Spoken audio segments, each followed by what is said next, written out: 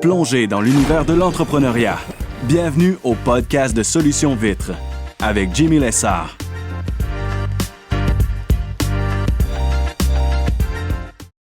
Excellent aujourd'hui. Alors, je vais tenter dans le podcast Solutions Vitres. Ça fait déjà depuis 2021 que le podcast roule. Il y a eu des pauses, il y a eu des trucs comme ça. Et je veux remettre un petit peu plus d'emphase, surtout cet hiver, l'hiver 2025 actuellement, février 2025. Je veux remettre un petit peu plus de temps là-dessus. C'est une question de priorité aussi, mais je pense qu'il y a beaucoup de monde dans le milieu. Le groupe Lavage de Québec grossit. Tu sais, l'industrie en général bondit, tu sais, ça grossit, la technologie avance, il y a plein de choses, mais je vais remettre un petit peu plus de temps. Puis je pense qu'il y a beaucoup de monde qui ont à partager leur histoire, leur connaissance aussi. Tu sais, c'est pas juste moi, évidemment, là-dessus, mais je veux qu'il y ait d'autres gens qui puissent s'inclure puis partager de ça. Aujourd'hui, je suis tout seul, puis je parle d'un sujet que j'avais en tête déjà depuis un bon moment, que je trouve intéressant. On peut, on peut l'englober au niveau du marketing, vente, tout ça. C'est le concept que, en gros, là, si on simplifie au maximum une entreprise, qu'est-ce que c'est? Ça serait parti en trois silos, OK? Il y a, appelons-le, le marketing. Comme je l'ai dit tantôt, ça peut être appelé comme ça, peu importe. Mais tu as ton marketing, tu as tes ventes, t'as ta production. OK? Fait que vous voyez comme trois silos dans votre tête. À gauche, tu vas avoir le marketing. Dans le centre, tu as tes ventes. Puis à droite, au maximum, à l'autre extrémité, tu as ta production dans l'entreprise de service. Fait que, tu sais, si on les décortique au maximum, oui, c'est beaucoup plus complexe que ça, mais je trouve que si on veut essayer de le simplifier au maximum, ça peut facilement se répartir, se visualiser comme ça, du moins. Fait que si on va y aller à gauche, le marketing, qu'est-ce que c'est? Comment est-ce qu'on entend parler d'entreprise? Oui, Facebook, Google, la publicité à la radio, il y a plein de choses dans les journaux, tu sais, name it. Fait que c'est quoi notre moyen, notre médium pour travailler le marketing, tu sais? On va être fort sur quoi? Parce que je sais qu'il y a du monde, puis je veux en avoir dans le podcast aussi, qui se spécialise. Puis justement, il y a Pierre-Olivier Hébert qui posait la question sur le groupe l'autre jour. Combien est-ce que vous allez dépenser en marketing 2025? Il y a des réponses qui sortaient, là, qui mettaient le chiffre, tout ça. Lui, il a mis 125 000. Puis Adrien de Vitronet a rebondi avec un 200 000 de budget. Tu sais. Fait que c'est quand même c'est intéressant de voir les gros joueurs dans le milieu. Puis je serais intéressé de les avoir. Adrien, je l'ai déjà eu. Ça a été le premier podcast. Euh, Pierre-Olivier, même chose. Mais tu sais, j'aimerais ça les revoir et échanger également avec eux autres pour avoir leur vision. Tu sais, je vous partage la mienne, c'est sûr. Mais quand tu as un budget de 125 000, 200 000 de marketing, ben c'est certain que tu as une vision qui est peut-être un petit peu différente de tout ça. Puis, vraiment, pour en revenir à ce que je disais, fait que mettons que tu as un budget que tu détermines, ça, c'est ce qui va amener ton eau au moulin. Ça, le moulin, c'est pas la production, c'est justement ok, comment est-ce on le process. Fait que, tu sais, on va aller chercher une lead, tu sais, si j'utilise vraiment les termes réels, là. Ton marketing va te permettre d'aller chercher des leads. Des leads, c'est quoi? C'est des gens qui ont un intérêt envers ton service. OK? Donc, qu'est-ce qui amène des leads? C'est de la publicité. Ils ont entendu parler de toi sur Facebook, bouche à oreille, ils ont vu ton camion dans la rue, tu sais. Il y a plein de choses. C'est ça, une lead. Après ça, OK, moi, je vais les appeler. Je vais remplir leur formulaire sur le site Internet. Je vais les écrire sur Facebook. Ben, c'est ça, une lead. C'est qu'il y a un intérêt. Après ça, ça, c'est ta lead. C'est ton moyen de t'attirer une lead vers chez vous. C'est possible que la personne va justement, OK, cette entreprise-là, je vais aller en contacter une autre. Parce que monsieur, madame, tout le monde, là, ça se peut aussi là, qu'ils en contactent juste une, puis ça soit ça. Mais dans la majorité des cas, ils vont en contacter deux, des fois trois, pour justement se permettre d'avoir un parrain d'idée, OK, c'est quoi qui se passe dans ce milieu-là. Puis ils veulent comparer, hein, ils sont pas fous, puis c'est une question monétaire aussi. Il y a plein de choses, mais ta lead que tu amènes, que tu vas aller la chercher, tu peux aller la chercher organiquement. Justement, il y a un bon bouche-oreille que là, ça fait longtemps que tu es dans le milieu. Ton nom est connu, tu as plusieurs clients organiquement. C'est la façon gratuite, en parenthèse. Tu peux investir aussi sur un wrapping, sur wrap de véhicules, sur des pancartes extérieures, tu peux mettre, tu sais, la publicité à la radio, il y a plein de choses. Ce qui est fort beaucoup aujourd'hui, c'est sur le Google Ads. Et puis, il y a le Facebook Ads. Pierre-Olivier, je sais qu'il est très, très, très fort là-dessus. Fait que, tu sais, est-ce qu'il y a une meilleure plateforme plus qu'une autre? Je pense qu'au final, c'est de la master, puis de réaliser, OK, regarde, moi, j'ai de l'intérêt pour telle plateforme, je veux la master, je veux vraiment être bon là-dedans, puis la dominer. Tu sais, Pierre-Olivier, avec lavage de extérieur, il va mettre probablement au-dessus de 100 000 sur Facebook cette année, tu sais. Sur du Facebook marketing, c'est intéressant parce que t'as la plateforme du vidéo, t'as du short, tu sais, ça évolue beaucoup.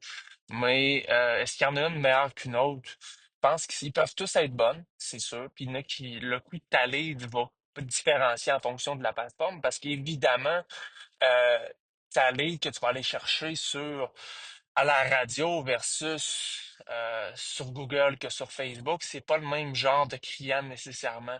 Puis ton objectif, c'est pas nécessairement juste d'aller chercher des leads. Oui, ça peut être intéressant parce que une lead, justement, tu vas vouloir aller chercher son nom, son courriel, son adresse, son numéro de téléphone.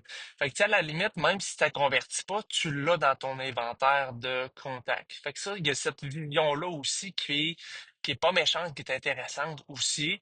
Euh, Puis après ça, faut que tu passes du temps à la travailler, ta lead, pour justement la convertir en vente. Ça, c'est le deuxième silo que je parlais tantôt.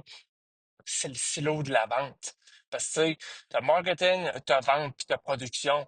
Puis c'est au niveau de ta vente, c'est là que la lead est rentrée dans le pipe. Comment est-ce que je suis capable de la convertir avec une belle soumission? Je fais-tu un follow-up dans combien de temps ou est-ce qu'après ça, ils ont fait une demande qui a un intérêt pour les services?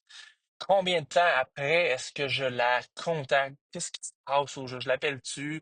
Je bafouille-tu au téléphone? Et j'ai-tu des fautes dans mon template de soumission? Il y a plein de choses, mais c'est beau d'avoir une lead qui rentre. Après ça, on veut la convertir au maximum. Comme je disais tantôt, oui, on a intérêt, oui, à ce qu'il en rentre beaucoup, mais tu peux pas passer du temps sur que tu en rentres, mais c'est pas le bon client pour ce que tu offres, parce que, c'est exemple, je donne une idée, tu fais une promotion pour du bleu, puis finalement, tu es une entreprise rouge, ben, tout le monde qui rentre dans ton pipe, ils s'attendent à du bleu, mais tu offres du rouge. Ben, c'est certain que tu perds ton temps parce que c'est pas ça qu'ils veulent, puis c'est pas ça qui les a amenés à remplir le formulaire ou à avoir de l'intérêt pour ton service parce que c'est du bleu qu'ils voulaient, puis toi, tu du rouge. Ben, c'est beaucoup ça. Oui, tu l'as en banque, mais la valeur ajoutée de la lead est plus ou moins intéressante parce que c'était pas ça initialement qu'ils ont fait pour le trigger, tu sais, vers OK, je vais remplir son truc. Ben, fait que c'est beaucoup ça. C'est comment est-ce qu'on est capable d'amener de l'eau au moulin au niveau du marketing avec la publicité Facebook, ça peut être organiquement, il y a plein de choses. Après ça, deuxième étape, on va être en mesure d'avoir un bon funnel de vente. C'est-à-dire, OK, la lead est rentrée. Comment est-ce que je prends ça de mon côté? Tu sais, je l'ai rentré en courriel. Ah, j'ai l'information du client, là, j'ai son adresse, j'ai toute l'information, j'ai son service désiré. Il va se faire la vide, ou c'est gouttière, peu importe. Ben, comment est-ce que j'aborde ça maintenant? Il y en a différemment. Il y a plusieurs écoles de pensée. Est-ce qu'il y en a une meilleure qu'une autre? Elles sont toutes bonnes, c'est certain. Puis il y a moyen de les s'adapter. Il y en a qui prennent le téléphone en temps de 5 minutes. Hey, merci d'avoir rempli le formulaire de soumission. Mon nom, c'est Marie-Ève tu sais. Puis, on poursuit ensemble. Tu sais, je pense Pierre-Olivier, il est de cette manière-là beaucoup. C'est même pas un formulaire qui est complet. Il saura nous le dire quand je vais le recevoir à nouveau. Mais c'est même pas un formulaire qui est complet. Il pogne juste un minimum d'informations.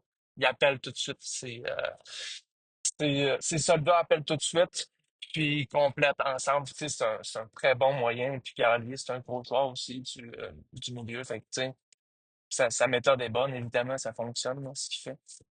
Tu sais qu'il y a plein de moyens, mais le funnel, le deuxième silo, appelons-le le silo vente, ben, c'est comment est-ce que tu vas reconvertir ta lead. C'est intéressant aussi parce que il n'y a pas de limite à la créativité. Puis, tu sais, on est d'une ère aujourd'hui où est-ce que c'est important, c'est de démarquer plein de choses. Ben, c'est intéressant d'y aller de cette manière-là. Puis, tu sais, après ça, on s'adapte tout le temps, hein. Une année, tu fais ça. Après ça, tu tweaks, t'améliores ta formule. Parce que je pense pas que right off the bat, tu peux avoir une formule qui est gagnante tout de suite parce que tu l'adaptes, c'est sûr, puis tu vas progresser là-dedans. Tu sais, puis après ça, je n'avais déjà parlé, là, le close rate aussi. ton pourcentage, t'as combien de pertes sur les 10 demandes de soumission, les 10 leads qui sont rentrés, t'en convertis combien? Tu sais, c'est un peu ça l'idée du rouge puis du bleu. Oui, c'est bien beau d'avoir du monde qui rentre dans le pipe, mais après ça, des 10 que tu as rentrés, puis admettons que tu payes, là, parce que vraiment, t'es plus gros, puis t'es plus juste organique, t'es plus juste tout seul. Ben, à ce moment-là, c'est intéressant de dire, OK, regarde, mes leads, ils me coûtent combien? 25, 30 piastres, 40, 50? Ben, pense-y, là. Tu as 10 leads qui sont rentrés parce que tu as payé pour les avoir. Ça t'a coûté, par exemple, 500 piastres. OK, mais là, il faut que je les travaille, je les convertisse. Puis là, après ça, quand on met à mettre de l'argent là-dedans, ben, ça change un peu la dynamique. OK, c'est plus juste, faut que je sois sérieux, il faut que ça marche, mes affaires, parce que je vais me mettre 500 là, pour avoir les 10 leads qui sont rentrés. Tu veux, dans un premier temps, que ce soit des leads de qualité, que ce soit des gens qui sont sérieux sur le service. Pour ça que ton annonce doit être pertinente, elle doit être concrète, OK, garde, parce que sinon, il n'aurait pas cliqué sur ta publicité, il n'aurait pas rempli. Fait que c'est un peu ça là, qui est important à ce niveau-là. Mais on revient aussi au niveau du close rate, parce que tu en as 10 qui sont rentrés. C'est quoi tes attentes là-dessus aussi? C'est parce que plus que ton niveau de coût par lead, il augmente, plus que faut vraiment, tu sais, que maintenant, ça peut se faire du sens aussi dans un ticket, tu sais, parce que si t'en as 10, oui, ton ticket moyen, il est 125$ parce que tu fais du lavage de vitre extérieur. Puis c'est correct, ça peut être ça aussi. Je sais qu'il y a des formules qui sont là-dessus, mais ça leur prend 25-30 minutes next. Tu sais. Fait que ça m'en prend beaucoup de leads. Mais tu sais, comprends que ça te coûte 50, 75, 100 pièces la lead. Je pense pas qu'on est rendu là dans l'entretien extérieur, dans le service qu'on fait. Mais ça fait en sorte que, justement, faut que tu en closes plus parce que ton ticket moyen il est 125 pièces puis ta lead, elle t'en coûte 50, 25, tu sais. C'est plus ça. Fait que t'es là, OK, vraiment, faut que ça marche. Tu penses, fais tes chiffres, fais tes mathématiques, parce qu'au final, ça revient à être ça. Ma lead, elle me coûte combien? Ça me coûte combien de temps le produire? Ça me prend combien de temps tout mettre ça en place au niveau de l'administration? D'envoyer la facture, tu sais, on paye par carte de crédit, tu as un 2,9 de frais. Il y a plein de choses. Mais tu sais, ça, je veux pas qu'on complique les choses aujourd'hui. Si on fait ça en trois silos, dans le but de mon intervention aujourd'hui, c'est beaucoup de je fais le plus au maximum. Après ça, on l'adapte à son entreprise, mais c'est ça qu'il faut penser. Mais ça, c'est du deuxième niveau, troisième niveau, quatrième niveau. Mais c'est intéressant quand même de prendre ça en considération.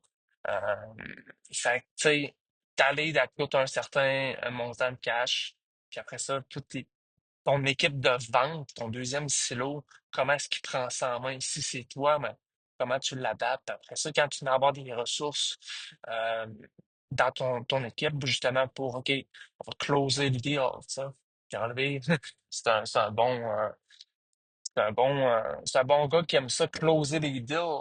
Ça, j'ai hâte qu'on puisse l'avoir au podcast parce que c'est fascinant, ce gars-là. Puis, même chose, tu sais, n'importe qui sont qui dépasse 500 000, 600 000, 700 000, 1 million, 2 millions peut-être, ils se remettre. Ben, c'est des gens qui ont d'autres visions, qui ont compris certaines choses. Ben, c'est intéressant d'avoir leur point de vue là-dessus, c'est sûr et certain. Fait que, tu sais, revenons-en aussi au silo numéro 2 au niveau des ventes. C'est important que comment est-ce que j'ai amené mon eau au moulin? Comment est-ce que je la convertis à la troisième étape l'étape finale de production? Ben, c'est beaucoup ça. Tu sais, c'est comment est-ce que je vais faire ça? Puis, pensez-y pendant que je vous parle. Tu sais, on est allé chercher notre lead. Après ça, comment je la fais rester chez nous? C'est certain, parce que comme je disais tout à l'heure, ouais, un client, de manière générale, ils vont faire une, deux, trois, peut-être même plus de soumissions. Tu sais, tu vois une entreprise pas une entreprise de gestion qui va faire une soumission pour du lavage de vitres de bâtiment. 95%, puis c'est mon expérience à moi. C'est un fucking template qu'elle a fait copier-coller, puis elle a vidé Google My Business autour de cette zone-là. Puis elle va aller chercher le moins cher. La plupart du temps, c'est tout le temps ça. Mais fait que, tu sais, c'est de comprendre aussi à quel point tu vois une adresse courriel.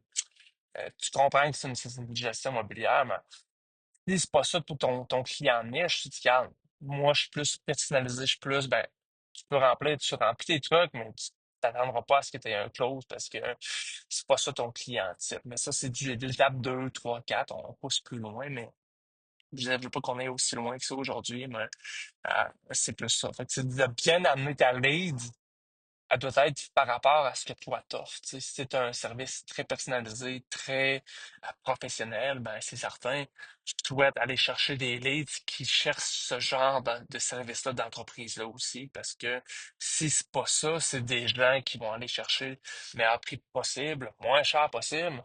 Ben, il y aura tout le temps quelqu'un de moins cher, hein, parce que dans l'entretien extérieur, lavage de vide, sur n'importe quel, c'est un milieu qui est facile d'entrer.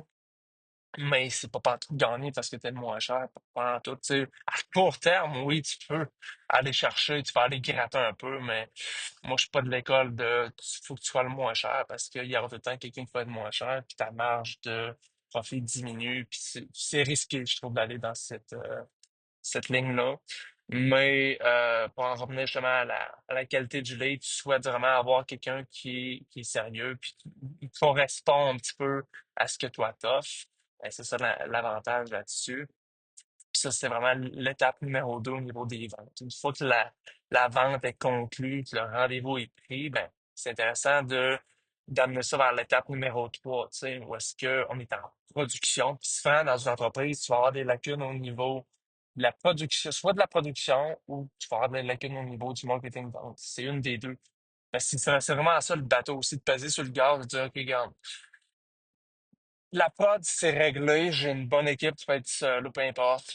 Ça, tu le masters. Tu es correct là-dessus, mais tu as des lacunes au niveau d'amener ton nom au moulin, tu sais. Fait que c'est bien beau ça. Après ça, c'est de peser dans l'entreprise de service, vraiment, ça, tu le visualises, c'est d'avoir ça, les gaz, tu sais, gaz break, parce que tu es là, OK, bon, je paye sur le gaz. Ça veut dire que je veux qui rentre plus de leads à gauche, puis que ça convertisse bien dans le silo vente. Mais oups, c'est un peu parce que ma prod, je suis toute seule, là. Je peux pas gérer autant de demandes. Fait que là, tu slack, tu lèves le pied. Mais ça veut pas dire nécessairement que tu vas aller poser sur le break. Mais c'est de cette manière-là. Puis après ça, c'est de gager, OK, je repasse sur le gars, je vais faire rentrer des leads. C'est beaucoup ça, tu sais, le challenge de quelqu'un qui commence une première année peux pas vraiment avoir une connaissance dans une année régulière. Ça se passe comment les hauts, les downs, mais c'est une montagne russe, hein, parce que il y a le temps de forte demande, il y a eu un niveau de stagnation, puis il y a une autre croissance dans la fin de la saison. Mais quelqu'un qui commence, puis c'est beaucoup propre à chaque ville, chaque province, pas province évidemment, mais chaque secteur un petit peu, je peux dire ça comme ça, parce qu'ils sont tous différents. Puis ça dépend aussi avec les services que tu offres. Euh, fait que c'est beaucoup de gager avec ça, puis je pense une première année ça peut se faire, mais c'est dur de le master. Ça se fait beaucoup avec une coupe d'années en banque. De dire, OK, quand les creux sont là, les highs sont là, mais t'ajustes en conséquence. C'est ça le concept de la chose. Puis tu sais, faut que tu masters les trois silos. Si on les simplifie au maximum, ben tes masters, c'est que tu sois le meilleur parce qu'on n'est jamais 100% dans quelque chose. C'est sûr, on peut tout le temps être meilleur. Mais c'est vraiment ça, si on le simplifie au maximum, c'est trois silos, marketing, vente, puis production. Ben après ça, c'est, OK, regarde, j'ai trop de demandes, faut que j'aille recruter une équipe ou un helper, peu importe. Après ça, OK, let's go. On est deux, on va aller chercher trois, on va aller chercher un autre truc. C'est ça le challenge, tu sais. C'est du gaz break, c'est du gaz break, c'est pas qu'il arrive à rien entre, fait que ça te prend des formations, ça te prend des procédures. C'est ça le challenge. C'est ça qui fait que c'est la beauté de la chose, puis c'est aussi le fun de, OK, regarde, là, je repaye sur le gaz, puis je m'en fous peut-être de dire que je close tant de pourcentage. Tu sais, je veux juste aller chercher du data, aller chercher du monde des leads. Puis c'est même pas tant le but euh, qui soit, comme sans nécessairement dire optimisé, mais adapté à mon service actuellement parce que moi, je les rentre dans ma banque de données, puis j'ai un objectif futur d'offrir ça, puis ça peut pas être, il y a plein de choses, tu sais, c'est ça qui est le fun du home services, puis c'est la beauté de la chose, mais si on le simplifie vraiment, je pense vraiment c'est ces trois silos-là. Il faut faire attention à quel point on paye sur le gaz, à quel point on paye sur le break. Puis ça se fait avec l'expérience, avec l'équipe qui nous entoure. Mais ce que j'ai pu réaliser au fil des années, c'est que c'est l'équipe, c'est le monde, c'est le mindset derrière qui fait toute la différence. Parce que ça, c'est tellement complexe dans un sens. Puis c'est, des ressources humaines, il y a plein de choses, tu sais. Mais je vais vraiment juste aujourd'hui parler de ces trois silos-là. Puis ça vous permet d'avoir aussi une idée de dire, regarde, ah, c'est vrai. Moi, je vais me mettre au niveau du marketing. Comment est-ce que le monde vient? Comment ils entendent parler? Moi, j'ai-tu assez de pubs? J'ai-tu assez de, comme je disais tantôt, on parle de Pierre-Olivier qui m'a mettre 125 000 cette année en pub, en marketing. Pierre, Pétronet, ça fait rien, 200 000, les chiffres qui peuvent paraître comme atteignable quand tu penses à ça. Et quand tu commences à avancer, tu regardes des chiffres, c'est des mathématiques. Au final, si tu mets 200 000 puis tu en rapportes 2 millions, c'est une formule mathématique qui gagne. Après ça, à 200 000, tu as le pied pas mal écrasé sur le gaz, à un certain niveau. Ça prend aussi de la production qui est capable de gérer ça. Tu sais. Parce que c'est bien beau de dire que je déplie 200 000, ben, combien? Il faut que ta production puisse suivre. Puis c'est pas juste une question de à suivre, mais il faut qu'elle puisse bien raser le travail. Après ça, il y a une question d'éthique, puis de l'entreprise, c'est quoi ses attentes, ses valeurs aussi. Fait que, tu sais, c'est ça qui est le fun, qui fait triper du home services. Il faut que tu ailles égal, puis comme, faut que ça monte égal, parce que si tu montes trop à droite, là, c'est à gauche, elle va se planter. Tu peux te monter une équipe de 10 personnes, 10 techs, si t'as pas de lead, t'as rien qui rentre, ils vont lâcher, ils vont give up parce que ça marche pas. Tu sais. Fait que c'est ça qui est le fun. Et à l'opposé, si t'as trop de leads, c'est ça qu'on voit un petit peu dans le home services, c'est ce qui est le challenge. C'est de dire, OK, regarde, je traque mes leads, je traque ce qui est ça, mais j'ai pas à propos. C'est souvent ça, je pense, l'étape numéro un, de dire, regarde, ah, je ramasse tout, je ramasse tous les jobs, je traque mon marketing, je traque mes ventes, je traque tout, puis après ça, ils sont plus capables de le réaliser. Parce que, comme je disais tantôt, tu vas avoir deux lacunes, tu vas en avoir une soit au niveau du marketing, soit de la prod. Puis la pire chose, c'est quand tu n'as une ou deux places. C'est quand tu n'as trop craqué et que justement, là, tes, euh, tu perds tes ventes, tu perds justement ta prod parce que là, ton service, il vient pourri parce que tu n'as pas la main-d'œuvre en conséquence pour ce que tu as vendu. C'est ça qui est le challenge, tu sais. Puis encore là, ce qui est le challenge également, c'est, OK, c'est des pics de saison dans l'home services, tu sais, dans le service qu'on offre, nous autres. Là, je vais nettoyer, gouttelage, pression. C'est un pic de saison. Il faut vraiment savoir s'adapter puis cager là-dessus. Parce que, tu sais, à déterminer, puis ça, le voir en fonction de votre ville, tout ça, mais c'est propre à chaque région, c'est sûr, certain. Mais c'est un petit peu ça le concept d'aujourd'hui, d'y aller de cette manière-là. Après ça, on s'adapte, puis on bouge, puis on évolue là-dedans. Mais je fais un résumé, là, c'est vraiment marketing, vente, puis production. Fait que ça vous permet d'avoir peut-être une ordre d'idée puis de penser là-dessus. Fait que c'est pas mal ça pour aujourd'hui.